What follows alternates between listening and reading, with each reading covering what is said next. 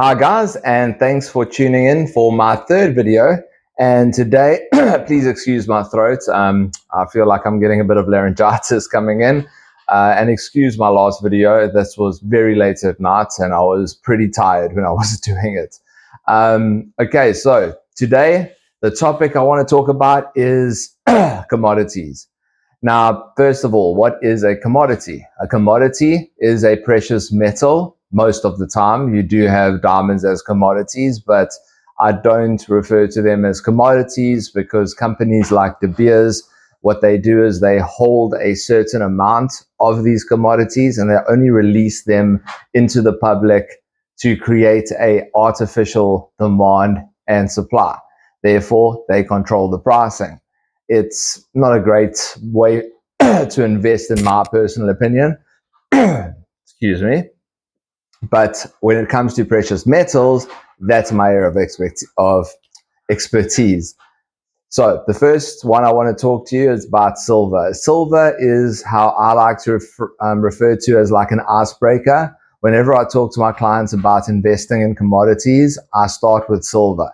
Reason, because it's got a low barrier of entry. You don't have to have tens of thousands or even thousands. You can start with as little as 600-700, and that will allow you to buy a physical coin like a Kruger coin made of silver. Now, silver has a projected growth of between 15 and 18% annually, which is way better than any bank or any, let's say, long to medium term investment money market. It well shoots over those targets. Anyway, so there we go with silver. Silver has been a go-to for centuries, in more than centuries, millennia. Gold, likewise, gold was the first, and gold is still the preferred commodity of wealth, of trade. Gold has been used for 6,000 years. The first minted coin is called the aura, which ironically is my surname, Aurel. So yeah, the aura, which was a Roman coin that was struck, and that was circa 6,000 BC. So that's how long people have been using gold as a form of exchange, as a medium of exchange. The other nice thing about gold, and I hope no one in SARS is listening, but if you can get gold as a commodity and it's kept in a vault like IBV or any of those companies, and you pay upfront for the whole year, you don't do a monthly debit, there is no link between you and what's inside of that vault.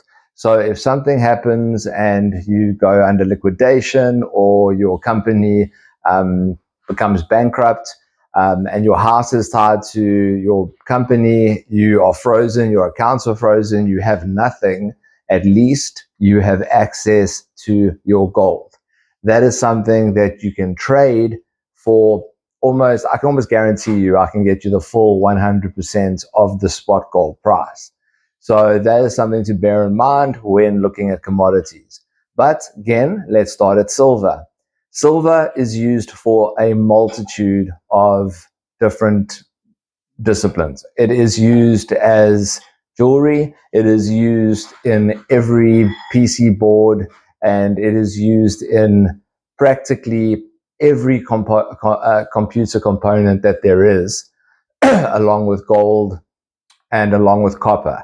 So, and it's also used even in underarms, because you can change silver into silver nitrate, which is a gas that you can spray, which is it's antibacterial. So it's really good for any type of underarm antiperspirant. So silver has a lot of uses. So when you come to a commodity with multiple uses, it is going to be a way more stable form of commodity than a commodity like platinum, which saw a massive drop in sales, all due to the electric car market, because platinum is mainly used in catalytic converters, which is unfortunately, electric cars don't have them, so the need for more cats dropped drastically. In 2018, platinum was worth more than gold. Just a year later, it had dropped to almost just over 2/3 of gold's value. Today, it is just under $1,000 per ounce of platinum, which is a far cry for what it used to be worth. So platinum, in my opinion, is a very good investment tip, because the markets are shifting from having these pure EV cars and turning them into hybrids, meaning it's still going to have an engine, but it's not going to be pure electric or pure ICE engine or internal combustion. So you have this best of both worlds scenario, which is where car manufacturers are aiming.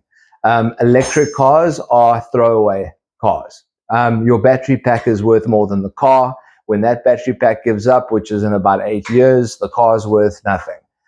People are struggling to sell their old BMW i5s because of that fact, because it's over 8 years, or it's on 8 years, and you might have a battery that's not worth, a car not worth anything, because the battery just doesn't work anymore. So platinum is directly linked to that. I do things, I'm a data analyst, so I also use tools to crunch data because of geopolitical events. I look at the Fed, the US Fed, and then I also look at events that directly affect the dollar, because the dollar and gold is intrinsically linked together. You buy gold with dollars. South Africa, we convert it. That's why sometimes you see the gold price is very high, but you're not getting more money for your gold than you were when the gold price was slightly lower. The reason for that is one of two things. Either the dollar was doing better, or the rand was doing worse. And that affects the outcome in rands for your gold. That is a problem. Unfortunately, I haven't, no one has figured a way of fixing that. I do have an idea, which I will be pitching to everyone at some point. But yeah, so that's the crux of how the commodities work. Gold is the best. Reason for it is gold does not change form. It doesn't tarnish. The amount of gold that has been mined and is on this planet today is exactly the same amount of gold that has ever been mined, because of the fact that it doesn't corrode, it doesn't change form. It's always a solid unless you bring it up to temperature and melt it, and then it goes back to a solid. So it can't tarnish, oxidize. Gold will always be gold. So that's the great thing about gold. It is used in every application, from high-end sound systems where they use the gold terminals for the best sound conductivity, right down to your cell phone internals that has around $20 worth of gold in any given cell phone. So there's a very big market in e-waste and making money from e-waste, specifically with gold. Some companies are breaking down e-waste, melting it off, and are getting about a brick that is about 300 grams a day of pure gold. It's a lot. So gold being used in so many different areas means that the value of gold is only going to increase. Here is a good example for this. In 1970, if you were, that's my cat. She broke nothing. She just knocked over a bunch of things. Yeah, sorry about that, guys. That's what happens when you live with cats. And yeah, I've become a cat dad. Anyway, where was I? We're talking about, okay, so in 1970, if you went and you paid 15,000 Rand for an average house, that's what it cost to get an average house in 1970, and you spent 15,000 Rand on gold. Today, that average house is 1.5 million Rand on average, but the gold on average is worth 19 million rand. Now try and wrap your head around that. When people tell you, property is where you want to be, that's true. Property is, but not if you are living in it.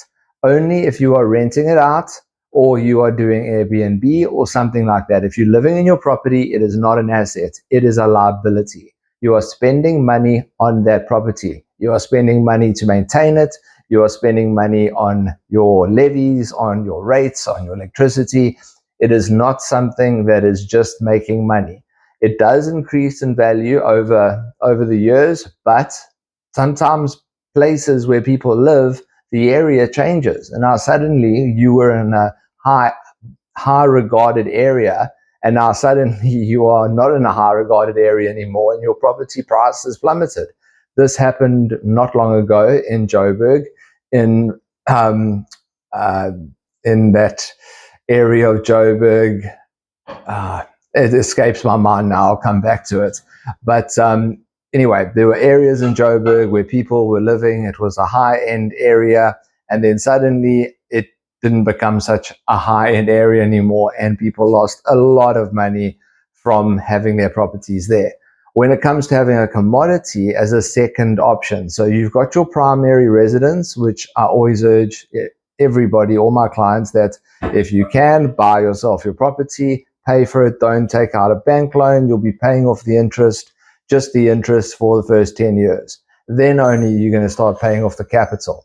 So if you've got your own property, you want to invest, don't sit on cash. If you sit on cash, you are losing. You are losing, I don't know, there's quite a few rands a day that is rotting from that cash. If you don't need it, change it. That is the slogan. If you do not need it, change it. Turn it into silver or gold or platinum. Preferably, change it into gold. If you can't afford to, change it into silver. Kruger coins, you buy them, you keep them, put them in the safe, and forget about it. Don't think twice about it. Just keep it in the safe or keep it in a box locked up via one of these companies like IBV, or that's International Bank Vaults. So you've got that sitting there, and it's not costing you anything other than the once-off payment that you pay to have that vault, or your own safe, preferably a safe that is well hidden and not easily accessed, and forget it. Then one day when you do need the money, take that silver and you cash it in. You use someone like me that will transfer it from a from an asset commodity into a fund, into a liquid cash. So whether it's rand, dollars, whatever, it'll be transferred into that, and that will give you that extra money that you may need. It could be for renovations, it could be for your child, because at that point when you bought it, you didn't have a child. Now you've got a child, and you've got school fees, and the child's going to want to go to college, and you've got to pay for the college. If you've done this early enough and you've kept it, you probably can pay for that child's university fees just from the silver you bought so many decades prior. So silver is constantly on the rise, and it's not going to change. Silver is so well used across every industry that you're going to see it's going to stay at a certain rate. Gold, we are in a very strange time at the moment because of what's happening in the Middle East and what's happening in the US with election of Donald Trump being the new president. Gold has seen ups and downs that I haven't seen anything like it other than in crypto. It has gone up by hundreds in a day and dropped by hundreds in a day. It's now it's floating just over the $3,000 mark. It's the highest it's ever been, but it's not a bubble. It is settling, and it's settling at about the $3,000 mark at the moment. So now is still a great time to get into buying gold. Keep it, forget about it. When you need it, take it out and get it transferred by a good dealer, someone you trust, someone you've dealt with. I'm not saying me specifically, but someone that's, if you know other dealers and you trust them, use them. I tend to pay a lot for my gold and for my silver more than other companies or other people do, because I would rather have 5 very good customers that will always use my services and I'll be the first person that they'll dial, compared to 50 clients or 50 customers that are iffies, that are, I might call him or I'll shop around first and any of that jazz. So I like to have a small client base that I know is loyal, that when they get in silver or gold, they call me immediately, or if they want to buy silver or gold, they call me immediately. If you become a client of mine, what I do is I constantly update you on what the price is. I give you my opinion if you should hold or sell or buy, and then I leave it up to you. You make the decision, I make it happen. So that is the introductory into what commodities are compared to stocks. One more thing I want to add, stocks can go to zero. A company can go to zero if it's over valuated, like you saw with GameStop, like you see with Tesla, which is massively over valuated. These companies can crash very easily and they will be worth zero. So that means your money is worth zero. Your stocks are not worth anything. With a commodity, that never happens, ever. There's never been a time in history where gold has been worth nothing. It is always worth something, and always worth quite a lot of that something. So that's where we'll end it today and pick this back up on the next video, also about commodities. And there's also another thing I wanted to bring up around reviews. Like, I wanted to do this channel originally about, and that was reviews. And this is a scam thing. It's something that's going around. So the next one is going to be about this scam that I've picked up. Anyway, have a great, well, it's evening here in South Africa, so have a great evening and chat to you soon.